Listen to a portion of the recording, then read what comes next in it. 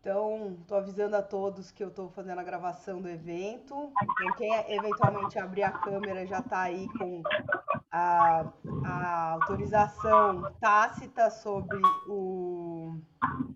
Deixa eu só mutar aqui. Autorização tácita sobre a licença da imagem. Bom dia a todas e todos que estão aqui conosco hoje. É um prazer poder estar aqui com vocês nessa manhã, discutindo um tema de extrema importância e relevância para o país. A Ana Lívia é minha amiga de longa data, mas também é advogada, especialista em direito imobiliário, mestre pela Universidade de Presbiteriana Mackenzie, especialista em direito notarial e registral imobiliário pela Escola Paulista de Direito, graduada em Direito pela Pontifícia Universidade Católica de São Paulo e atualmente é presidente da Comissão de Direito Imobiliário na OAB no triênio de 2022 a 2024. E ela é autora do livro que a gente vai discutir hoje, que é Racismo Estrutural e Aquisição de Propriedade, que é o livro que foi originado pelo mestrado, pelos estudos na dissertação de mestrado dela. É importante lembrar que o racismo estrutural ele é um tema de extrema relevância e atualmente, essa semana especialmente, a gente teve um evento muito triste, como tantos outros que vêm acontecendo no país, marcado pela necropolítica, que também tem fundamento nesse racismo estrutural tão triste, que matou tantas pessoas como a Marielle, a Ágata, o João Alberto, o José Gonçalves, o Moisés e o Genivaldo e tantos outros que a gente acabou nem ficando sabendo.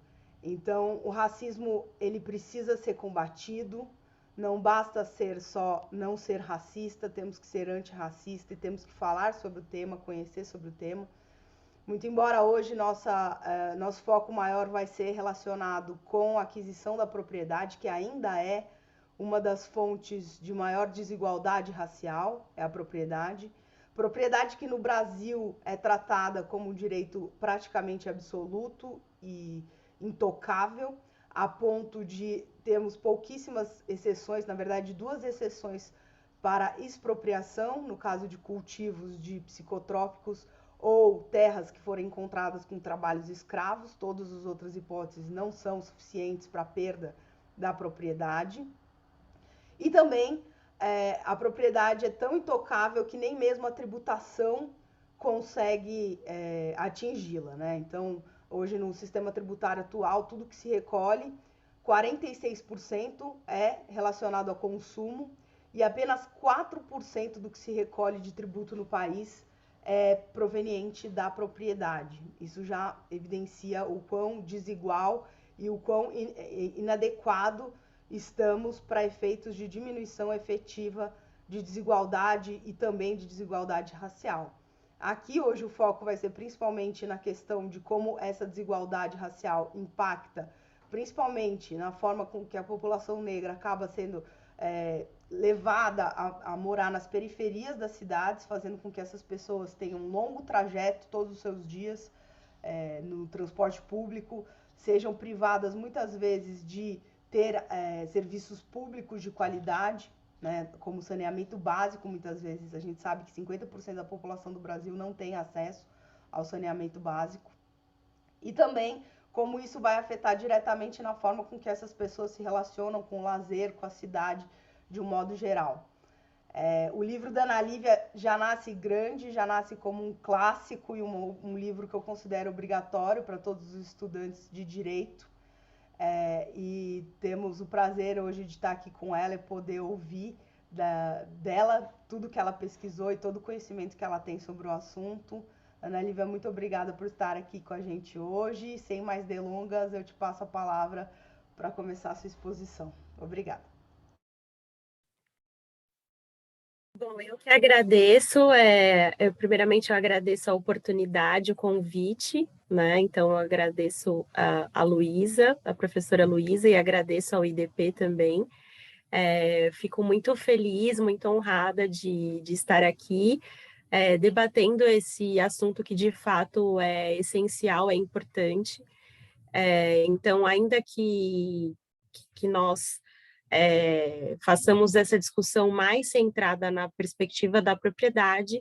Obviamente que, né, eu vou passar por essa parte relacionada ao racismo estrutural, e que realmente, né, nós tivemos aí episódios essa semana, infelizmente, que demonstram aí o quanto nós ainda temos essa, na verdade, essa estruturação, né, da sociedade brasileira, da formação da sociedade brasileira estruturada nessa hierarquização, né, das raças aí, e aí entendendo a raça enquanto uma construção social, e o quanto isso acaba trazendo aí uma perspectiva, né, das vidas negras valerem menos e importarem menos. Mas nós vamos falar um pouco sobre isso para poder entender, né, também esse conceito de racismo estrutural e ligá-lo ao tema central da nossa discussão, que se relaciona aí à aquisição da propriedade, a ocupação das cidades. Tá? Então, novamente, meu agradecimento, e também gostaria de dar bom dia a todos e todas. Agradeço a atenção, o interesse de vocês, que realmente é um assunto que permite que nós possamos aí pensar. Sempre digo que é importante a gente entender o nosso passado, a nossa história, para que a gente possa também compreender o presente e pensar em possibilidades né, melhores de futuro. Então, primeiramente, vou falar dessa parte da estrutura, né, do direito de propriedade no Brasil, né, para que a gente possa entender um pouco como isso começou, como que tudo funcionava, né? Qual foi o impacto, um impacto que aconteceu ali no século XIX, em 1850, que transformou tudo também. E aí eu volto para falar especificamente da questão do racismo estrutural, para que a gente possa linkar, e aí sim também falar da perspectiva da formação aí das cidades. Eu vou trazer, e aí relacionado à minha pesquisa, que olhou para a cidade de São Paulo, mas sem prejuízo disso a gente consegue fazer aí um comparativo com outras cidades brasileiras, tá? Então, o que a gente precisa entender no primeiro momento é que a divisão política e territorial do país já, e aí eu digo isso, né, na nossa história, na nossa formação, ela já trazia uma perspectiva de dividir o país, né, em grandes frações de terra, e limitar isso, o acesso a isso, a pessoas específicas, né? Então, nós estamos falando de um contexto das sesmarias, né, que era uma forma de divisão territorial que Portugal utilizava e aplicou isso no Brasil, e também o contexto das capitanias hereditárias, tá? Então, no contexto das sesmarias, era algo restrito, né? Era uma doação ali que era direcionada a colonos, né, específicos. Então, isso era atribuído ali a Portugal enquanto metrópole, né, e depois até um período ali no contexto já do Brasil independente também o Império direcionando essa divisão, tá? Então isso já, digamos que o acesso à propriedade à terra já era restrito nessa perspectiva das sesmarias, tá? E do próprio contexto ali de divisão política relacionado às capitanias hereditárias, porque também esse contexto de sesmarias passava ali por aquelas autoridades, né, o exercício ali daquele contexto também passava por aquelas autoridades. Então, a gente tem esse contexto que já propicia essa limitação, né, e também essa divisão em grandes frações de terra, lembrando que, né, nós temos o Brasil, ele tem aí né, é um país continental, como nós dizemos, né, com dimensões continentais, então um contexto que ainda o país não era explorado na sua totalidade, né, na expansão da sua totalidade. O que acontece é que há uma suspensão, né, dessa legislação das sesmarias, logo após a independência, né? Então, nós temos um período de legislação que fica suspenso em relação a regular aí as doações, as ocupações da terra e da propriedade no Brasil. Obviamente que nós sabemos que, ainda que a legislação não exista, que ela fique suspensa, as coisas acontecem no mundo real. Então, nós temos aí um contexto de ocupações que passam a existir de uma forma mais intensa, considerando que nós não tínhamos ali um regulamento específico relacionado à propriedade. Então, as ocupações passam a existir com uma maior intensidade, né? Então, ocupações eu estou dizendo no sentido de não serem regulares em relação ao sistema, né, dessa doação, dessas sesmarias. As ocupações passam a acontecer porque, como eu disse, as coisas acontecem no mundo real e nós temos aí um aumento dessas ocupações irregulares na perspectiva do sistema existente, tá? Então, nós temos isso até 1850, tá? E aí, em 1850, nós temos aí a Lei de Terras, né? A famosa Lei de Terras, que estabelece uma limitação maior ao acesso da propriedade. Por quê? Porque ela determina que, a partir daquela data, toda a propriedade no Brasil, ela seria adquirida, né, para ser adquirida de forma regular, ela teria que ser adquirida por compra e venda, né? Nós não estaríamos mais falando nesse contexto de uma concessão da colônia, de uma concessão do império para pessoas específicas.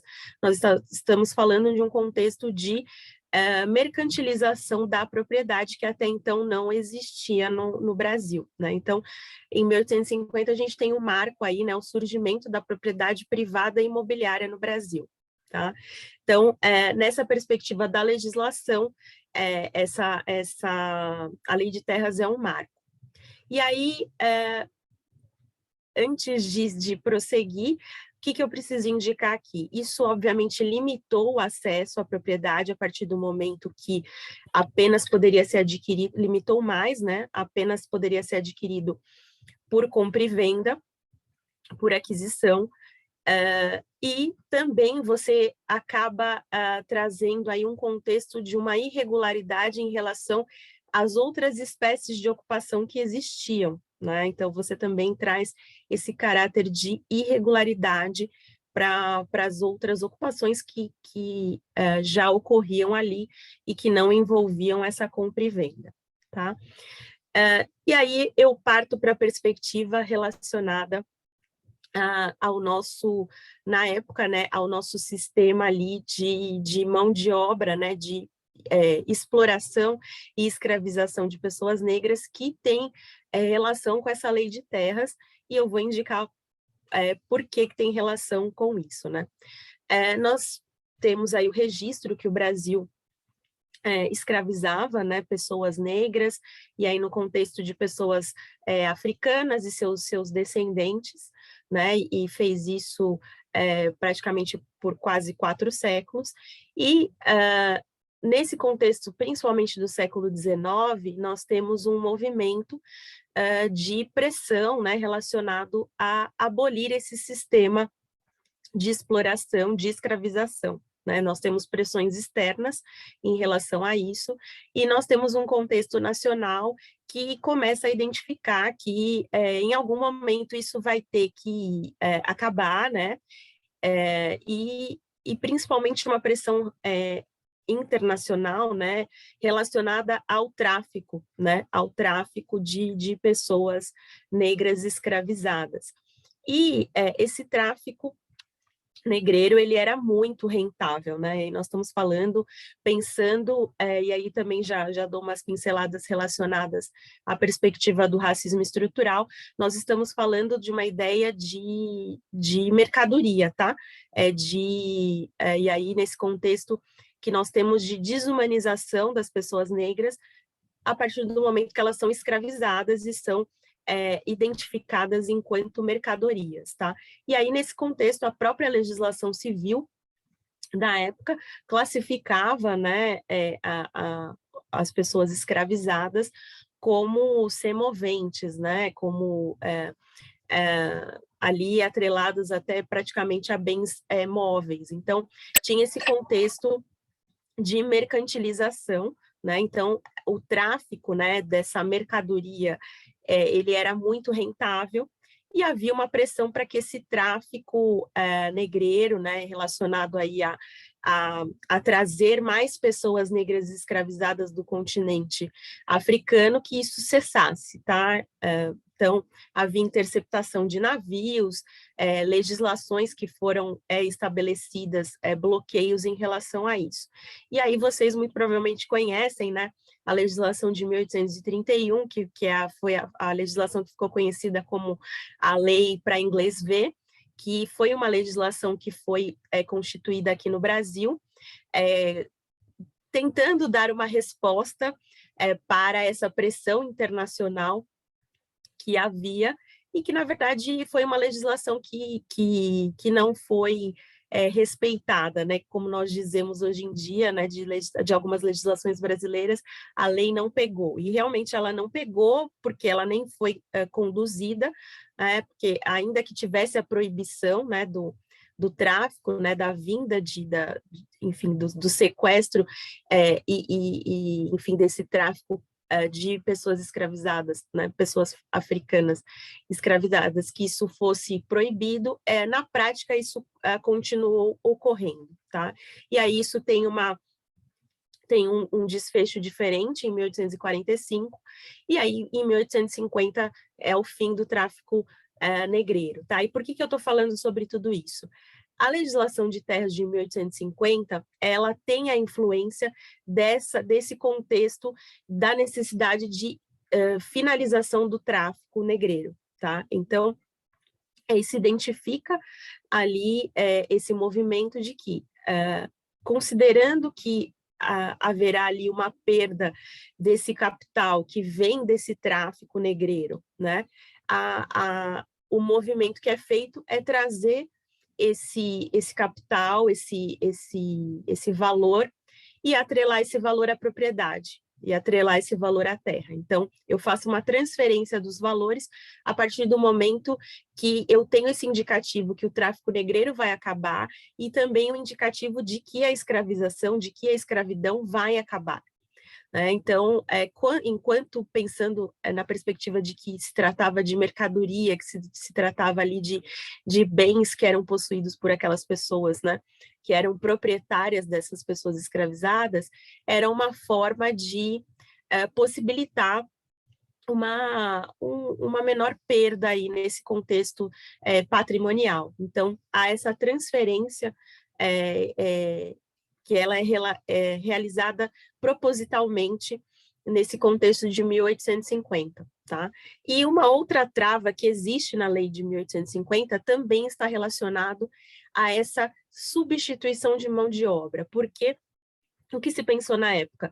Ok, a escravidão ela vai acabar em algum momento, né? E o que vai vir depois disso, né? Qual que vai ser a mão de obra, né? Qual mão de obra nós vamos utilizar, né? E aí vem esse contexto da imigração europeia, né? Que estava num contexto ali de guerra, enfim, de dificuldade, e passa a existir esse momento da imigração, né?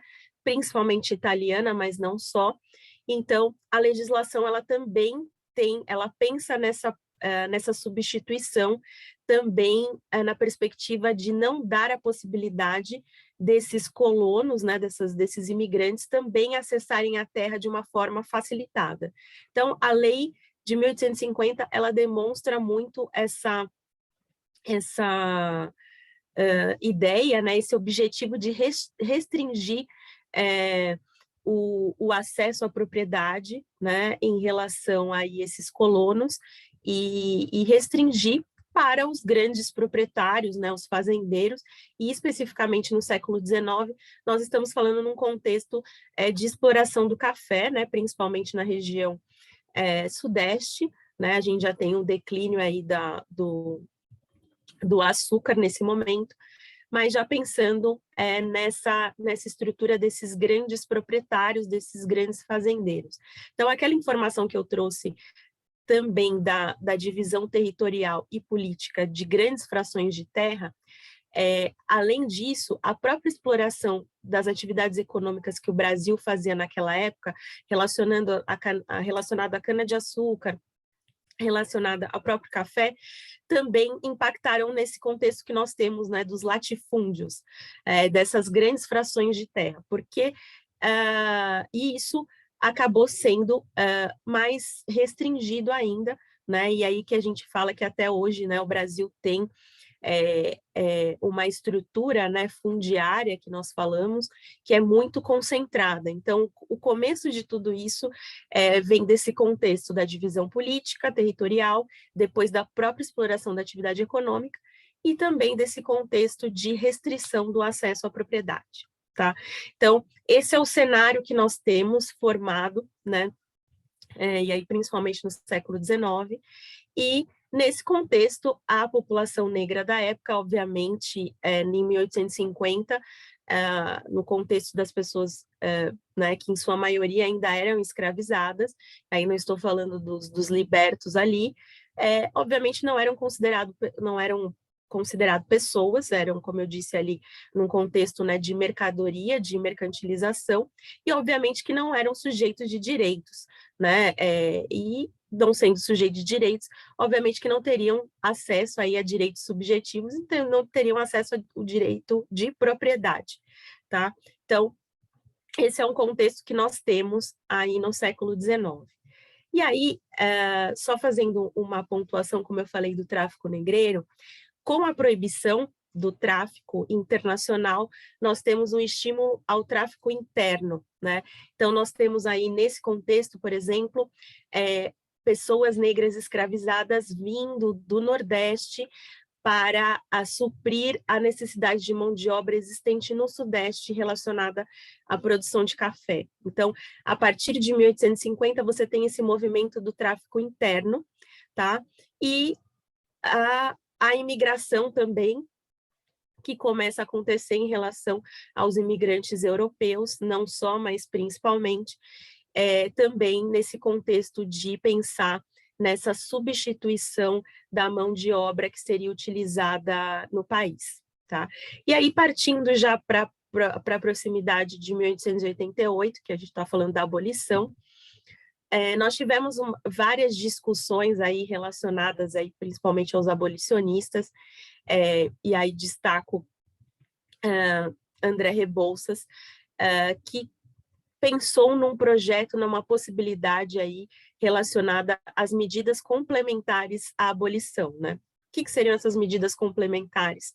Seria o acesso à terra, seria essa perspectiva de trazer essa população, né, que tinha um contexto de escravização e integrá-la de alguma forma nessa sociedade que seria formada a partir do trabalho livre, do trabalho assalariado. Obviamente, nós sabemos que essas medidas complementares à abolição, né, que seria a libertação formal, elas não foram adotadas, tá? E aí eu destaquei André Rebouças por quê? Porque, e aí lembrando que André Rebouças, ele era um engenheiro, enfim, e ele tinha um contexto ali pensando numa realidade liberal, tá? Ele não era socialista, ele não tinha esse contexto, mas ele pensava nessa perspectiva que nós tínhamos e temos no Brasil, né, esse contexto de grandes propriedades e grandes frações de terra. Então, ele olhou para o contexto norte-americano, contexto dos Estados Unidos, identificou ali a possibilidade de dividir, né, as grandes frações de terra em pequenas propriedades e atribuir isso aos trabalhadores, né, que ele chamava de trabalhadores nacionais. E, a partir disso, haver a exploração da propriedade e o crescimento, né, econômico e social do Brasil. Ele tem isso, né, em um livro, né, um estudo que ele publicou. Isso foi levado para o Congresso da época, né, e obviamente que isso não foi tratado, né? Joaquim Nabuco que levou isso, mas isso não foi adotado, até porque nós temos que contextualizar que nós tínhamos uma discussão relacionada aí aos proprietários, né, de pessoas escravizadas que queriam indenização. Então, nós tínhamos um contexto aí da tentativa de prolongar o máximo possível a escravidão, né? E ainda esse contexto de pensar em indenização por essa perda desse patrimônio, né? Então, teve que existir uma composição ali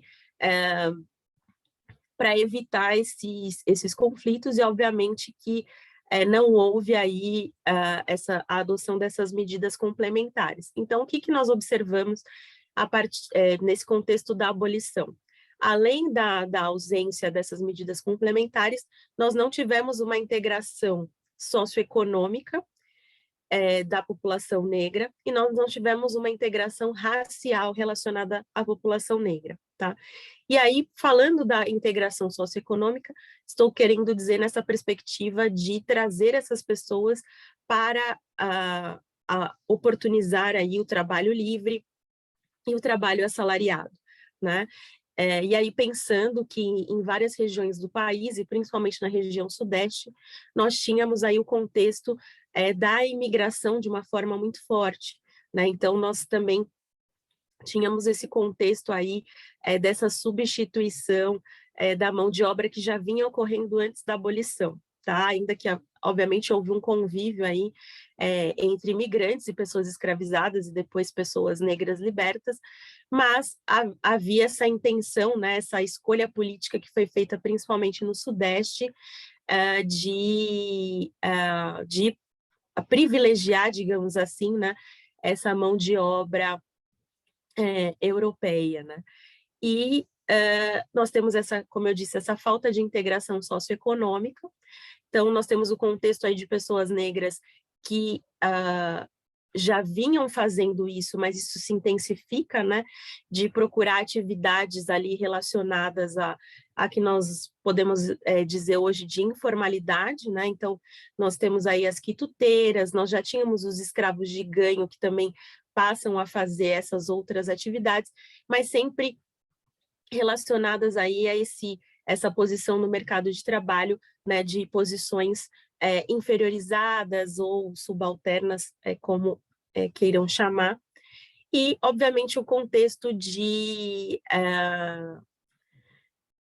no pós-abolição, de ocupação aí, de locais ali, né, precarizados, e também da falta de lugar aí, seja pensando na exploração da atividade econômica a partir da propriedade, né, da terra, seja na perspectiva de moradia, tá?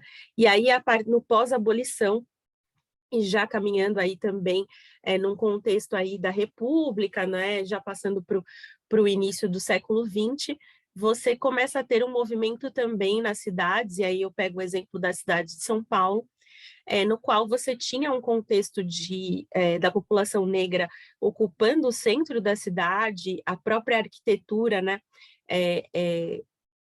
num contexto de influência da população negra ali, e isso começam a surgir legislações específicas, né, de edificação, de construção, de ocupação da cidade, que começa a retirar essas pessoas dessas regiões mais centrais e passam a levá-las aí a contextos mais afastados do centro, né, mais afastados e passam a ocupar regiões mais periféricas, tá? Então, passa-se a ter essa ideia aí de embelezamento, né, de progresso e tudo mais. Então, passa-se a ter esse deslocamento, né, e aí, obviamente, que o acesso à propriedade, o acesso à moradia, ele é mercantilizado, sem prejuízo das ocupações que eu falei que passaram a existir, seguiram existindo, mas você tem aí também essa perspectiva de que as regiões mais afastadas, que até então não eram tão ocupadas, o acesso a essas regiões ele é mais barato, né? Então, essas regiões mais precarizadas ou com falta de acesso à infraestrutura passam a ser ali o local destinado à população negra. E aqui em São Paulo, especificamente, se você tem um contexto relacionado aos rios, né? Então, você passa a ter a ocupação das marginais dos rios, aí você também tem o contexto aí da urbanização, da industrialização, então você tem também os operários, e aí nós temos o contexto tanto dos imigrantes quanto da população negra, que também passa a ocupar essa região próxima das indústrias, né, das fábricas, e aí são regiões próximas às marginais, regiões mais afastadas, tá? Então, só trazendo esse contexto nessa perspectiva aí do pós-abolição, né? Nós temos esse contexto aí de ausência de integração socioeconômica especificamente, né? Que isso vai se reverter na ocupação da cidade, no acesso aí, nas ocupações, né, de trabalho. E aí é importante frisar que, além disso, nós tivemos aí que eu vou entrar para falar mais sobre o racismo estrutural, nós tivemos algumas legislações que passaram a trazer aí uma perspectiva de criminalizar alguns hábitos da população negra, inclusive no contexto, né, da legislação, por exemplo, da vadiagem, né? Então, a partir do momento que você tinha um contexto, né, do pós-abolição, né, e desse trabalho livre ou assalariado, você começa a criminalizar aquelas pessoas que não tinham uma atividade econômica, que não tinham um trabalho, que ficavam vagando, né, ali, digamos assim, naquelas regiões, você criminaliza isso, tá?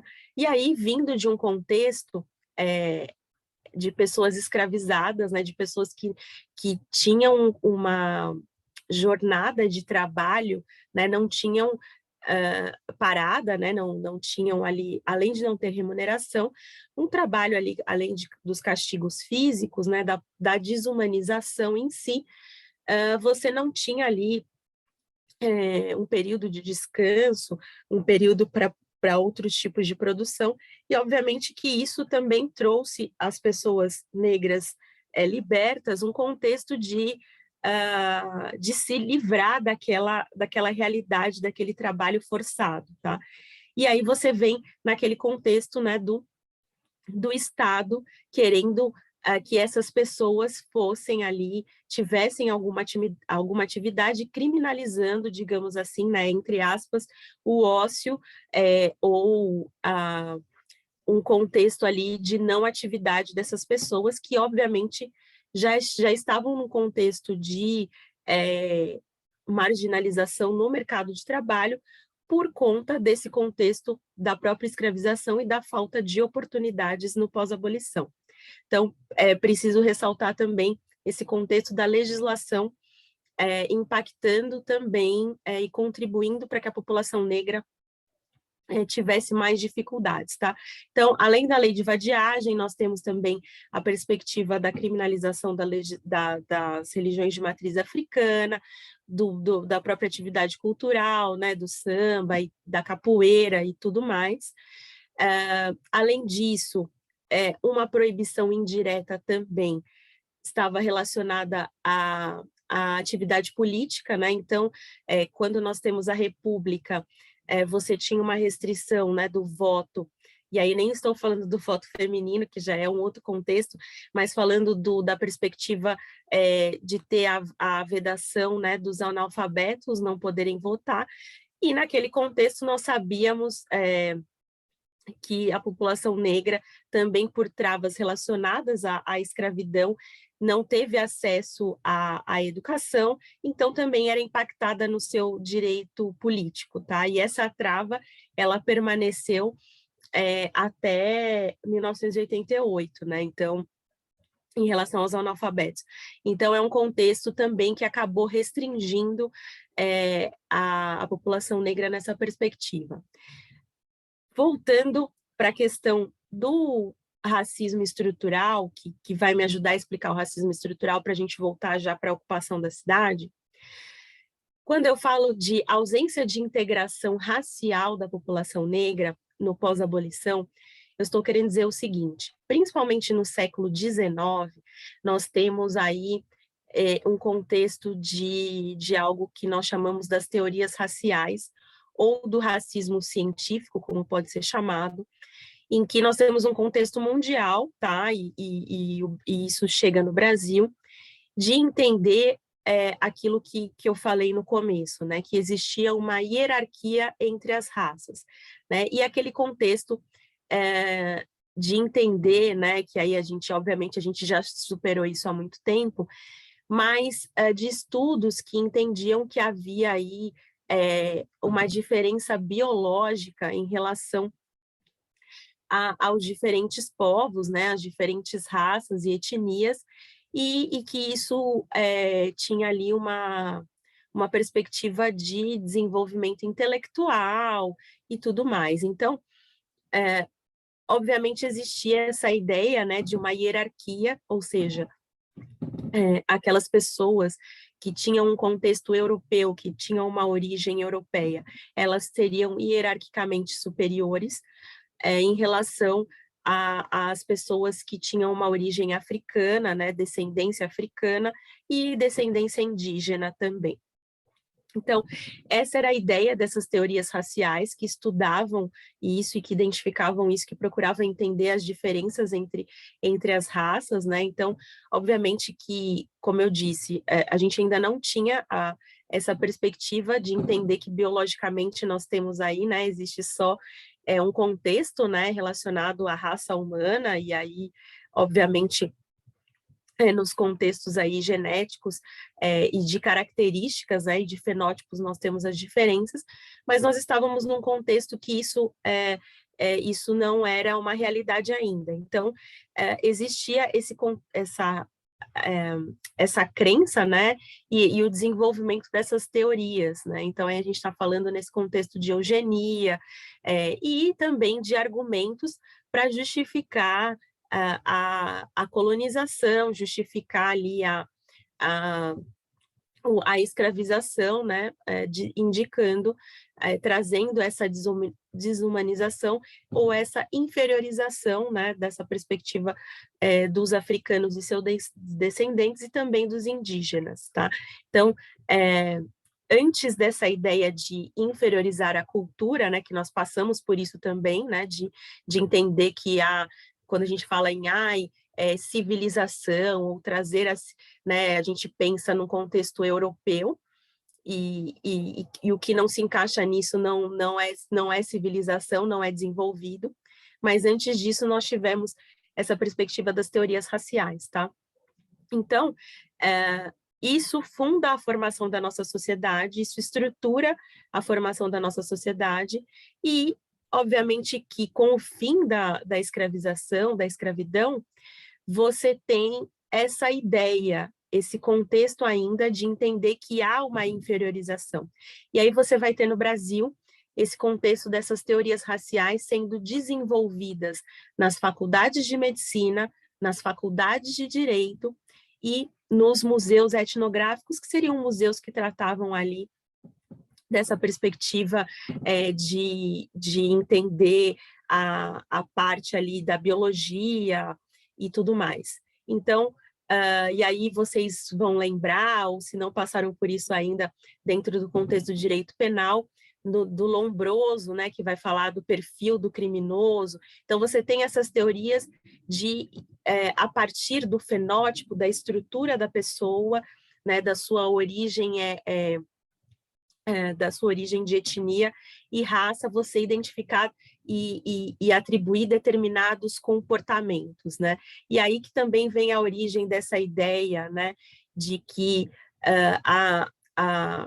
no contexto dos africanos e seus descendentes, que haveria aí, que não houve uma evolução, né? Então, que dentro do contexto dos primatas não seriam a perspectiva do ser humano, porque não evoluíram, né, até esse contexto. Então, a partir disso que você tem essa ideia desse racismo científico, e que isso ficou no imaginário cultural do brasileiro, e essa ideia do atraso do Brasil, e vários autores na época falavam sobre isso, do atraso do Brasil na época estar ligado à população negra, né, à origem africana, tá? E, enfim, e aí isso vai mudar depois, porque vai ser necessário aí, a mão de obra nacional vai ser necessária, e aí nós vamos ter um discurso inverso, dizendo que a miscigenação do Brasil, na verdade, é o grande trunfo do país, e aí a gente vai entrar, né, nesse contexto do Gilberto Freire, que vai falar da democracia racial, que todos nós vivemos em harmonia, né, falar das origens do país relacionado às 3 raças, e aí vai valorizar o nacional. Mas no contexto do pós-abolição, nós temos, na verdade, essa realidade de inferiorização e de entender que o atraso do Brasil estava relacionado ao fato do Brasil ser um país miscigenado, enfim, que tem várias origens ali, né, e não tem a pureza, né, que é um conceito bem eugenista. E aí, para concluir isso, para a gente já passar, porque eu sei que eu já extrapolei o meu tempo aqui, só indicando um exemplo que nós tivemos aí em 1912, né, que foi um congresso eugenista, que fazia aí uma estimativa que até 2012 a população brasileira, né, não teriam mais negros na população brasileira, a partir do momento que houve o estímulo do embranquecimento, né, dessa ideia de estimular a miscigenação para que essa perspectiva da origem africana, né, que seria o problema, do nosso problema, para que isso fosse extinto, né? Então havia nesse congresso foi debatido isso, né, que esse elemento, né, negro desapareceria ali do contexto nacional, tá? Então, já partindo para a questão das cidades, né, e do acesso à propriedade, nós temos todo esse contexto que eu trouxe, e desse afastamento, né, da população negra, dessas regiões mais centrais, da ocupação da população negra dos cortiços, de moradias mais precarizadas, porque, obviamente, a gente tem que fazer uma junção dessa perspectiva da vulnerabilidade, né, econômica e social dessa população, e do acesso que ela tem ali no conceito de moradia e no conceito também de construção de patrimônio, que também é um outro aspecto que eu trouxe na minha pesquisa. E aí, você tem aí várias fases, né, então, desse conceito, né, de levar as pessoas negras para as regiões mais periféricas. Aí você tem um conceito aqui, principalmente na cidade de São Paulo, que é o momento que as pessoas acabam construindo as suas próprias moradias, né? E aí também nesses lugares mais afastados. E esse conceito de cortiço, de moradias irregulares, de periferias, de comunidades. Aí a gente tem a peculiaridade do Rio de Janeiro, que eu não vou trazer aqui, mas sempre esse contexto de lugares mais afastados do centro, com ausência de equipamentos públicos, de lugares com situação de uma violência extremada, e aí a gente tem um exemplo essa semana relacionado a isso, né, de você só conseguir ocupar um local que tem um contexto de uma violência, e a sua moradia ser ali, e você estar submetido àquilo, e não ter ali uma escolha, né? Não ter acesso a um local seguro, a um local que tenha outros equipamentos públicos, e você fazer ali, você ter a sua propriedade, a sua moradia ali. Então, o contexto nacional é esse. Se você olha para a população negra, a parcela considerável da população negra no país, ela está nesse contexto de uma ocupação irregular, de uma ocupação precarizada, e aí como a Luísa colocou, né, falta de acesso ao saneamento básico, ou mesmo quando a gente fala em déficit habitacional, a gente está falando não só em pessoas que não têm acesso a uma moradia, mas também as moradias irregulares. Então, a condição de habitação, né, várias pessoas num cômodo pequeno, um cômodo ou uma construção que não tem ali todas as diretrizes que seriam necessárias, né, seja da iluminação, seja do acesso à rua, e tudo mais. Então, nós vemos que a população negra está muito, né, os índices de déficit habitacional relacionado à população negra é muito grande. Então, ainda que a gente tenha um contexto de programas habitacionais, né, de programa de habitação de interesse social, e acaba não conseguindo dar vazão a esse problema de propriedade, de ocupação que nós temos até hoje. Aí temos várias críticas a esses programas, né, relacionado ao local que esses programas habitacionais acabam sendo construídos, mas sem prejuízo disso, a gente tem uma realidade muito complicada, né? E aí, já caminhando para o final, só dizendo para vocês, relacionado a essa parte de do acesso à propriedade, né? O que nós temos aí? Quando a gente fala de direito de propriedade, e é uma coisa que eu precisava ter colocado antes, mas vou colocar agora, a nossa legislação, ela é muito formal, né? Nós temos aí vários critérios relacionados a você ter aí uma propriedade regular, né? Além dos aspectos da edificação e da construção, o próprio acesso aí, enfim, ao título aquisitivo, né? Ao registro disso. Então, o que acontece? Não só a população negra, mas a população brasileira como um todo, ela tem dificuldade de ter acesso a uma propriedade regular. Então, nós temos um contexto das propriedades em geral no Brasil. Se você for parar para olhar, tem sempre alguma irregularidade na documentação, irregularidade na construção, tá? Então, a legislação ela acaba sendo utilizada como uma, digamos assim, um limitador aí, porque ela acaba trazendo uma situação de ocupação irregular ou de uma propriedade irregular para o contexto das propriedades no Brasil, né, dos imóveis no Brasil como um todo. E, obviamente, que a população negra é afetada por isso, por todo esse cenário que eu busquei construir aqui, tá, de dificuldade de acesso, né? Então, ela também vai ser impactada por esse contexto de não conseguir acessar a propriedade, né, no contexto de moradia e de construção de patrimônio, seja nessa perspectiva física mesmo do local, e seja nessa perspectiva de titulação, né, do direito em si. Então, nós temos esses dois cenários, tá? E agora, finalizando mesmo, nesse contexto da construção do patrimônio. O que acontece? Nós identificamos que a propriedade, o imóvel, ele tem uma importância, e aí até isso que a Luísa colocou, né? Por isso que nós temos aí uma defesa do direito de propriedade, isso é histórico, né? Porque nós temos aí esse contexto do direito de propriedade, quando ele era um direito absoluto, e aí nós temos toda uma construção, né, que vem aí, que a gente vai falar da função social da propriedade, né? Então, há limites ao exercício da propriedade, mas ele tem uma origem de ser absoluto, né? De ser uma expressão da autonomia, da vontade, de ter ali o meu direito respeitado em relação ao Estado, em relação às outras pessoas. Então, por isso que vem essa origem do direito absoluto, que tem que ser defendido a qualquer custo e privilegiado a qualquer custo.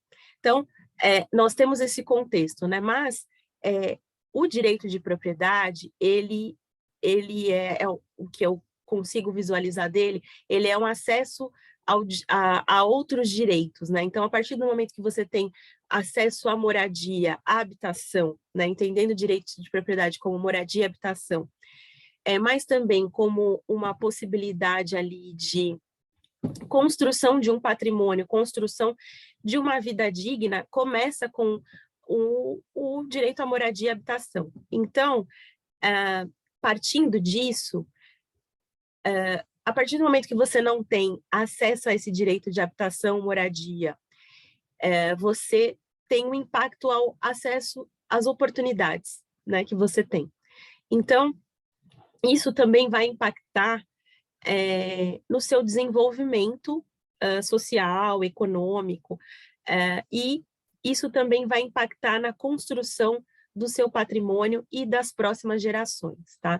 Então, nessa perspectiva, a população negra, ela tem dificuldade de acumulação patrimonial, por todo esse contexto que eu trouxe aqui, e acumulação patrimonial pensando nas próximas gerações, né? Porque a partir do momento que uma família ela tem um imóvel, uma propriedade, e ela transfere isso para uma outra geração, essa outra geração ela já chega ali com uma possibilidade melhor, né? Com uma oportunidade melhor de crescimento. Então, o olhar também do imóvel, da propriedade, para essa perspectiva de desenvolvimento das gerações e de acesso a oportunidades na perspectiva que eu não falei muito aqui, que eu acho que a Luísa vai trazer para a gente falar, relacionado ao local, né? Aonde esse imóvel está localizado e que bairro que ele está localizado, tá? Então, essa perspectiva também influi, tá? Porque a partir do momento que o seu entorno, ele tem ali oportunidades melhores de trabalho, oportunidades melhores de acesso à educação, à cultura, ao lazer, isso também vai impactar no seu crescimento enquanto pessoa, no seu crescimento dentro da sociedade. Então, tudo está interligado, tá? Bom, eu espero ter trazido aqui, são várias frentes, várias vertentes, mas eu espero ter conseguido trazer um pouco aí do que eu pesquisei, né, e das conclusões que eu cheguei. Muito obrigada. Parabéns, doutora Ana Lívia, é sempre muito bom te ouvir e realmente sempre aprendendo bastante com relação a isso. Eu acho que ficou bem claro, eu acho que para quem estava com dificuldade de entender um pouco a relação, deu para ter uma noção da questão histórica e como isso vem impactando no Brasil. A parte que eu queria que você falasse, que você deixou para falar, é que no final aqui da sua pesquisa também você traz elementos como, por exemplo, o relatório dos moradores do bairro de Pinheiros, que só 7,3% são pessoas negras, mas o mais interessante é a diferença da média salarial de uma pessoa branca, que é R$ 17.737,14, e do negro é R$ 9.229,74, ou seja, 1,9 vezes menor do que a pessoa branca que mora em Pinheiros. Mas não é só isso, né? Em cidades como, por exemplo, na verdade, bairros como Parelheiros, cidade de Tiradentes, a população negra é de 55% a 57%, e ainda assim os brancos ganham mais. Os brancos ganham R$ 2.254,87 em média, e os negros R$ 1.780,76, ou seja, 1,5 vezes a menos do que os brancos ainda em bairros que supostamente teriam essa desigualdade social. Da minha parte, eu acho que você conseguiu abranger tudo que eu gostaria que eles ouvissem mesmo. Teve vários aspectos que a gente tratou em aula, a questão da propriedade, a questão da autonomia da vontade, das limitações.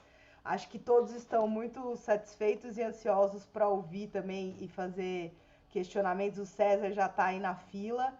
Então, vou passar a palavra para o César fazer os questionamentos, as observações dele, e vamos continuar aqui com as questões. Opa, obrigado. Bom dia, né? Queria parabenizar esse seminário. Desculpa por falar assim que não, eu vou tentar falar claro, né, para você.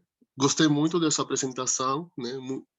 Muito mesmo, porque porque cabe ressaltar também, só para adicionar um pouco, a partir do século XVI até o século XIX, né, já também enganchando um pouco mais nesse contexto histórico, sobre a questão do tráfico, a parte interessante é que também os mesmos africanos, né, os mesma população negra na África, eles também contribuíram também ao realizarem esse tráfico com os europeus, né? Essa é a parte também que cabe ressaltar também, que é muito mais importante também, a partir do século XVI até o século XIX, né? Que isso a gente tem que levar em conta, né? E a parte interessante que eu vi aqui no Brasil, que aqui no Brasil mesmo, o racismo aqui no Brasil bem escondido mesmo, né? Não se pode olhar nas ruas demonstrando o racismo, né? Esse tipo já estrutural, já como vocês estão dizendo, né? Essa é a parte interessante daqui do Brasil, né? Porque se vocês vão nos outros países da América Latina, ali não é escondido, não é tão, é pouco estrutural, né? E esse é um grande problema que nós temos, né, nessa parte, né?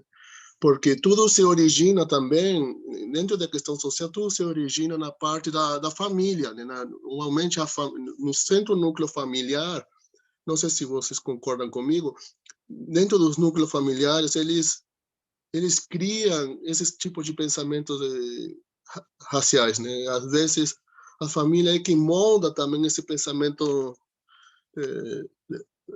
das pessoas, né? Não sei se deixei isso entender para vocês, não sei. César, eu agradeço, né, pela sua contribuição, seu comentário. Eu concordo com você que nesse contexto do tráfico, obviamente que o continente africano, ele que fornecia, digamos assim, a mercadoria, né, como era tratado na época, e então, com certeza, contribuiu para o tráfico. Como eu disse, era uma atividade muito rentável, né, e ali tinha um contexto, né,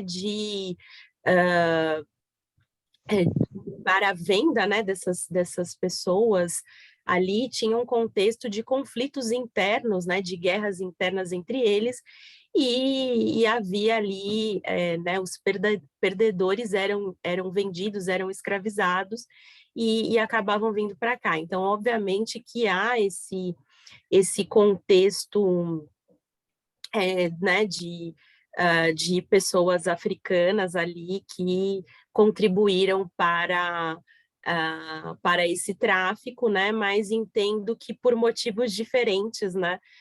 Contextos diferentes, considerando que aí eu estou falando de Portugal, mas a gente pode falar de outros, né? De outros países aí europeus que fizeram uso, né? Da escravização, né? De pessoas africanas que tinham o objetivo central de mão de obra, né, e de exploração ali dessas colônias, da sua atividade econômica nessas colônias. E em relação a essa perspectiva do racismo, de fato, no Brasil nós temos as peculiaridades, né, que nós não temos em outros locais da América Latina e também não temos no contexto dos Estados Unidos também.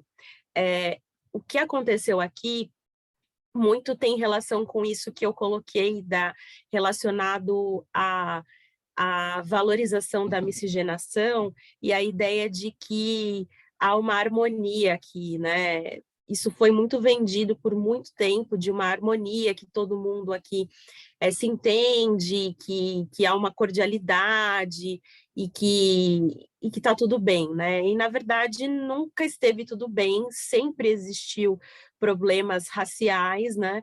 E muito, aqui no Brasil, a gente tem muito essa utilização, né? Que o professor Adilson Moreira fala, né, do racismo recreativo, que é a utilização do humor, né, para a inferiorização, e aí muito ligado ao que eu trouxe dessa parte do racismo científico, né, de estar ainda no imaginário cultural, e vem de lá, né, dessa ideia de inferiorização, né, da população negra, de identificação da população negra sempre esses locais de inferiorização, mesmo nessa perspectiva das profissões, né, do mercado de trabalho. Então, no Brasil essa coisa velada, que na verdade não é velada, né, que nos últimos tempos está muito escancarada, mas sempre foi essa perspectiva e essa cultura que realmente começa em casa, né, que realmente está no imaginário do brasileiro. Tá? E muito essa ideia de que é o que muito se discute, né, da gente não ter aí uma identidade racial. Então, aqui no Brasil, nós não temos uma identidade racial, seja relacionada à população negra, seja também às pessoas brancas, né? A gente não fala sobre né, o que é ser uma pessoa branca no Brasil, o que é ser uma pessoa negra no Brasil, o que é, né, ser uma pessoa indígena no Brasil. A gente tem tratado disso há muito pouco tempo. Então, isso traz muitos impactos, né? A gente ainda tem muito a percorrer aí. Alguém mais tem alguma pergunta? Eu vou... Posso falar, professora? Pode, claro, faz aí. Então, assim, o que eu vejo é que hoje se fala muito da questão, né, antirracista e tudo mais, mas de forma efetiva, eu acho que o que é necessário dentro da sociedade, não só a questão da conscientização, mas principalmente de ações mais práticas, né? Que realmente vá mudar essa cultura, né? Porque nós precisamos de algo mais eficaz, porque senão a gente fica muito no campo das ideias e essa questão mais prática, ela muitas vezes se perde, né? Que é o que acontece muito, não só nessa questão, mas em outras também. Ana quer responder? Não, exatamente. Por isso que a gente tem que pensar aí né, a gente tem alguns instrumentos para isso, eu concordo que a gente acaba ficando muito no campo do discurso, né, da ideia, e a gente vai pouco para a ação, né? A gente tem, e aí no livro eu coloco assim, brevemente sobre isso, mas obviamente que as ações afirmativas têm um papel indireto em relação a isso, mas não só, né? Assim, como eu coloquei, a gente teve muito tempo de escravização, esse contexto, então a gente ainda está, né, 134 anos da abolição, é pouco tempo para o tempo que a gente teve de escravização, então a possibilidade de a gente pensar, né, num cenário de igualdade, de equidade, ele ainda está muito longe. Mas eu concordo com você que nós precisamos de ações efetivas, né, porque, infelizmente, a gente ainda tem um contexto. E aí, se você pegar todos os números relacionados a todos os assuntos, infelizmente a população negra tem aí os piores índices, né, relacionados à violência, à mortalidade, acesso à saúde, educação, mercado de trabalho. Então, é muito, muito complicado mesmo e a gente tem que ter ações efetivas. Eu acredito que, em termos de legislação, a gente já avançou muito. Por exemplo, o Estatuto da Igualdade Racial traz disciplina, traz aí possibilidades, né, de políticas públicas, de ações muito importantes, mas a gente realmente patina muito na aplicação, né? E eu entendo que ainda, né, nesse contexto da conscientização, a gente ainda também patina, porque nós estamos vendo aí um contexto de muito negacionismo, né, relacionado a essa pauta racial, né, de deslegitimar algo que a gente consegue ver, né, com os próprios olhos, olhando para qualquer lugar aí da sociedade, a gente consegue identificar, né, e aí o que a gente trouxe hoje, a gente consegue identificar isso a partir da formação das cidades. Então, como a Luísa colocou, né, esses dados que estavam na pesquisa que eu acessei, que hoje a gente tem até dados mais atualizados, mas aqui em São Paulo você consegue identificar bairros que você não identifica moradores negros, você identifica pessoas negras trabalhando, mas você não identifica pessoas negras morando nesses locais, assim como tem bairros aqui em São Paulo que você consegue facilmente identificar pessoas negras. E aí esse contexto que ela bem colocou, né, que os dados mostram a diferença salarial de pessoas que vivem no mesmo bairro, né, mas vivendo no mesmo bairro há uma diferença salarial, porque aí nós não estamos falando de numa perspectiva de uma desigualdade, né, social e econômica, a gente está falando de uma desigualdade racial. Então, é nesse contexto que infelizmente a gente teve um retrocesso aí, que a gente tem que ainda trabalhar nessa questão do discurso, da ideia, porque a gente está enfrentando aí um problema relacionado a se questionar, né, uma realidade que é constatada assim diariamente. Mas concordo com você que a gente está muito ainda engatinhando em relação à prática, né, a adoção de medidas práticas, e nós temos pressa, né, nós temos pressa porque enfim, mais pessoas negras estão morrendo, mais pessoas negras estão nessa condição de desemprego, de moradias que não são adequadas ou falta de moradia. Então, realmente, o assunto é urgente. Muito bom. Eu queria ler aqui o Carlos de Souza colocou que amou a abordagem, que temos que discutir o que é ser uma pessoa negra no Brasil e o que é ser uma pessoa branca no Brasil. Parabéns, doutora Ana Lívia Ribeiro. E é exatamente isso, né? Como a gente tem que discutir os privilégios e como esses privilégios mantêm o status quo, as coisas como elas estão, dificultando o acesso às pessoas negras a bens essenciais como a moradia e a propriedade.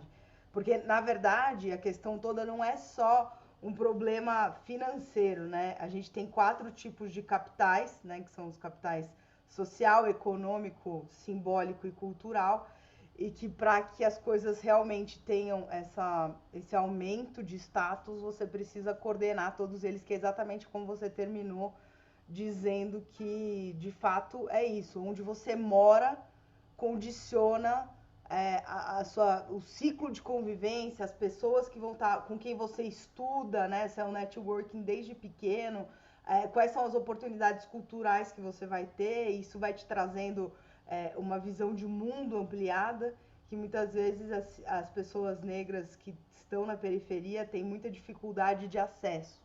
Então, é importante trazer essas considerações. O Carlos continuou. É razoável a introdução de ações afirmativas no campo do direito imobiliário brasileiro? Ou seja, o Estado favorece a regularização de títulos da propriedade a famílias negras? Acho que a Ana pode responder. Eu entendo que, assim, seria muito importante a gente ter esse direcionamento, né, específico para a população negra, que nós não temos hoje. A princípio, o Estatuto da Igualdade Racial, ele traz ali, ele indica que seria necessário ali a adoção de ações afirmativas específicas para a população negra nessa perspectiva de habitação e moradia. Só que é uma legislação que ela tem ali um caráter geral, né?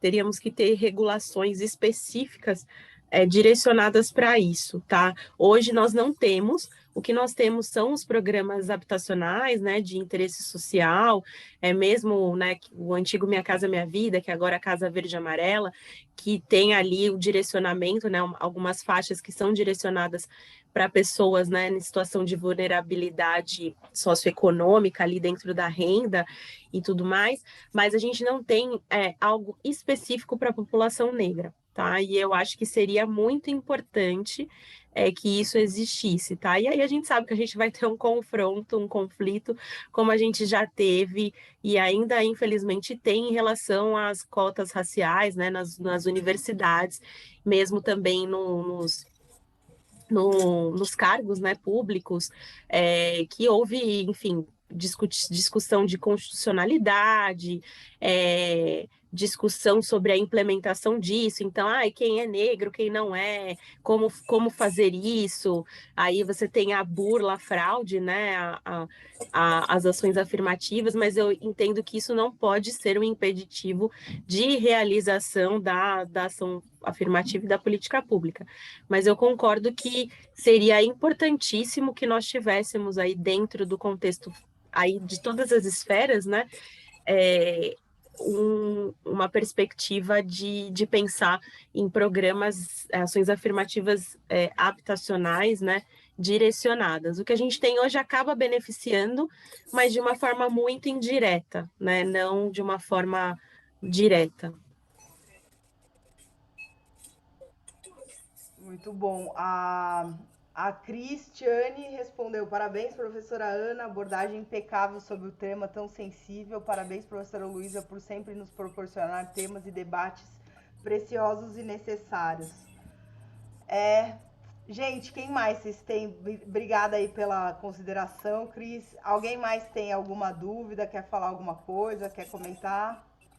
Carlos, é esperado discussão de inconstitucionalidade caso o município dê início à prática de ações afirmativas habitacionais? Específicas, eu entendo que sim. Eu entendo que haveria esse questionamento, sim. E aí a gente até precisaria se debruçar melhor sobre isso, porque o Estatuto da Igualdade Racial é uma legislação federal, né?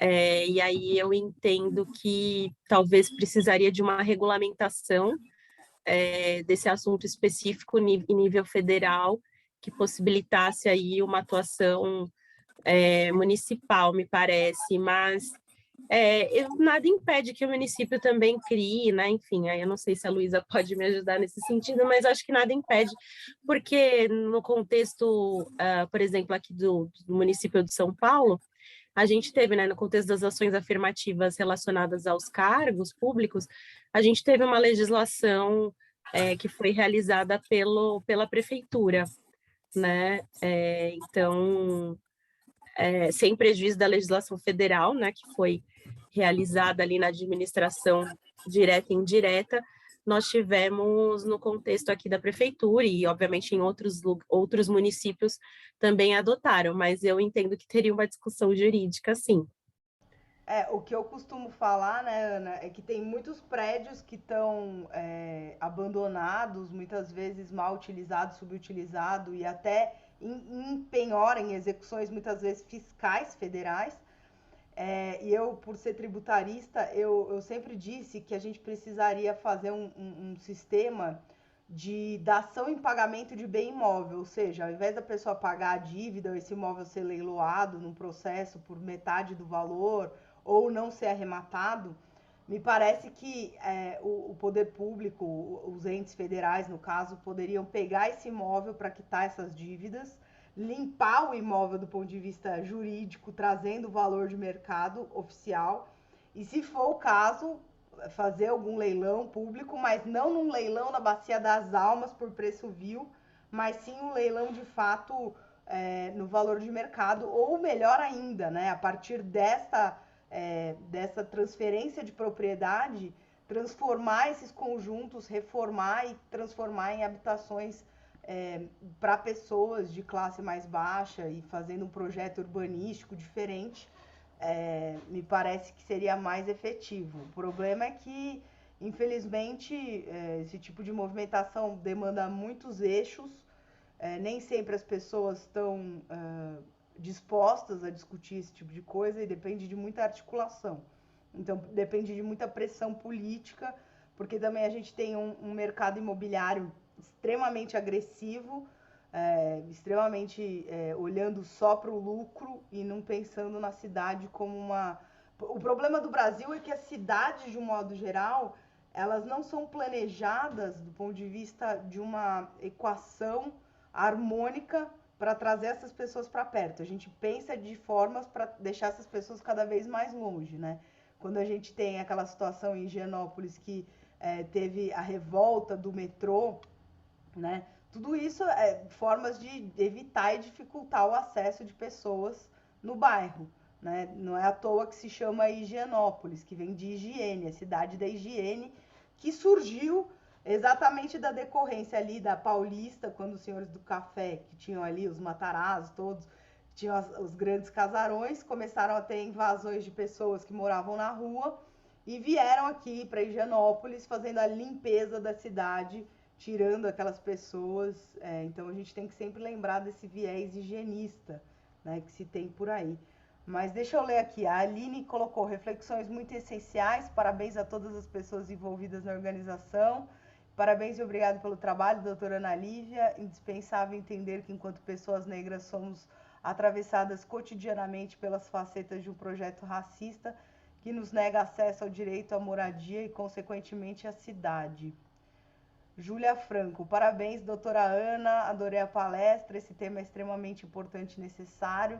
Obrigada pela oportunidade, professora Luísa. E o Carlos, novamente, muito obrigada, doutora Ana, pela gentileza em compartilhar num sábado tamanho conhecimento e vivência conosco. Agora está explicado o nome, o César comentou, acho que do bairro de Higienópolis. Realmente. Esse ponto é muito revelador mesmo, como a Luísa colocou. De fato, os bairros ali, né?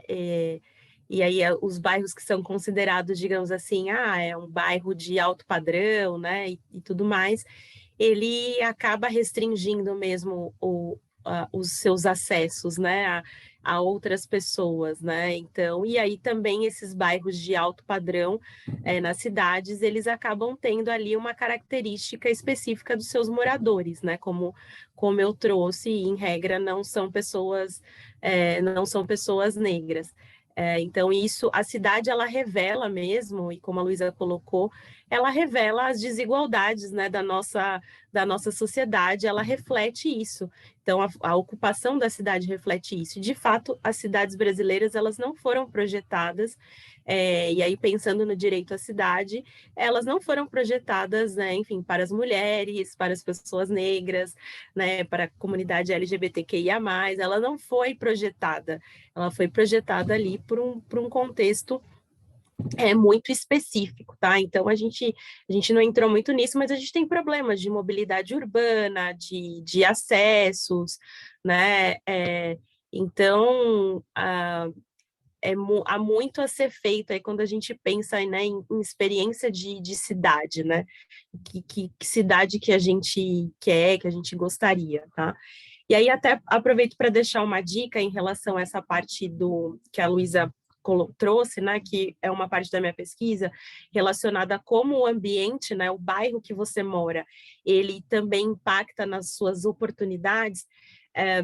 Eu acredito que ainda está disponível na Netflix uma série que chama Explicando. E um dos episódios da primeira temporada, ele fala a diferença entre pessoas brancas, ricas e pessoas negras ricas, tá? É no contexto dos Estados Unidos, mas ele ajuda muito que a gente entenda a nossa realidade, né? Tirando as peculiaridades, mas dizendo quanto a perspectiva racial também vai impactar, que é isso que eu acabei trazendo no livro que a Luísa leu, né? Que assim, ainda que uma pessoa negra seja moradora do bairro de Pinheiros, ela ganha menos, né? Ainda que ela já esteja acessando um bairro que é um bairro considerado de alto padrão, um bairro, né, um lugar considerado de uma boa moradia, com acessos e uma boa estrutura, ainda assim ela vai ser impactada nessa perspectiva de acesso, né, econômico. E aí a gente nem entrou nisso, mas ela também vai ser impactada em relação ao convívio com outras pessoas negras, em relação à discriminação direta também, tá? Porque muitos vão ler que ela não deveria estar ali, né? Que aquele lugar não seria necessariamente para ela. Então, essa série, esse episódio, ele acaba explicando, né, a razão disso, né? E trata muito dessa perspectiva da construção de patrimônio, e de como as gerações, né, são impactadas, né? Então, os Estados Unidos, ele tem aí, eu trouxe esse exemplo e também indico para vocês que a minha pesquisa passou um pouco por lá, porque lá eles têm um campo consolidado, né, que eles falam de construção de riquezas, né? Então, eles medem vários elementos dessa questão socioeconômica para indicar ali, né, o quanto a população negra tem dificuldades nessa perspectiva de acumulação, e um desses aspectos é a acumulação de patrimônio. Tá? Então, fica essa sugestão. É bem interessante. A série tem outros temas, né? Por que as mulheres ganham menos? Enfim, eu recomendo essa série. Muito boa a indicação. E para quem gosta, a gente na faculdade estuda muito pouco ou não estuda direito urbanístico. É uma matéria que é pouco explorada na faculdade de Direito. Eu tive a oportunidade de estudar na PUC, mas hoje em dia a gente tem discussões muito interessantes relacionadas à cidade e questões jurídicas importantes com relação à legislação, à regularização do solo urbano, políticas de serviços públicos. E hoje existem discussões sobre cidades feministas, cidades inteligentes, mobilidades antirracistas. Tem um livro que eu tenho aqui de organização de textos para discutir exatamente essa questão da mobilidade antirracista, e tantas outras obras importantes também, do Milton Santos, que a Ana Lívia cita bastante no mestrado, que tem a questão que ele vai falar da moradia e da desigualdade racial na forma que a cidade é ocupada também. Então, é uma área que a gente pouco estuda, pouco fala, mas que está intimamente relacionado com a desigualdade racial, e tem que ser levado em consideração, principalmente para aqueles que têm interesse de adentrar em estudos acadêmicos, no direito, nos estudos acadêmicos relacionados à desigualdade racial. Acho importante, acho que tem hoje em dia materiais excelentes, né, que não se limitam a livros, né, mas séries. Acho que hoje em dia a parte da educação e da formação das pessoas tem que levar em consideração todos os meios que a gente tem aí decorrente da tecnologia. Eu sempre bato nessa tecla, e acho que é isso. Alguém mais quer fazer alguma pergunta, algum comentário? A gente pode ver aqui o resultado do sorteio.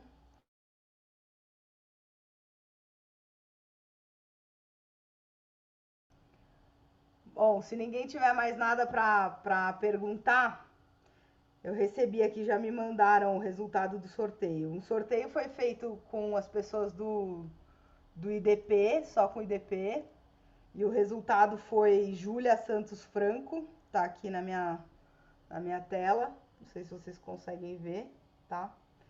E o outro sorteio foi realizado com todos os nomes, e o vencedor foi o Carlos de Souza Teixeira, tá até aqui, não. Depois, se vocês quiserem, eu posso compartilhar para vocês.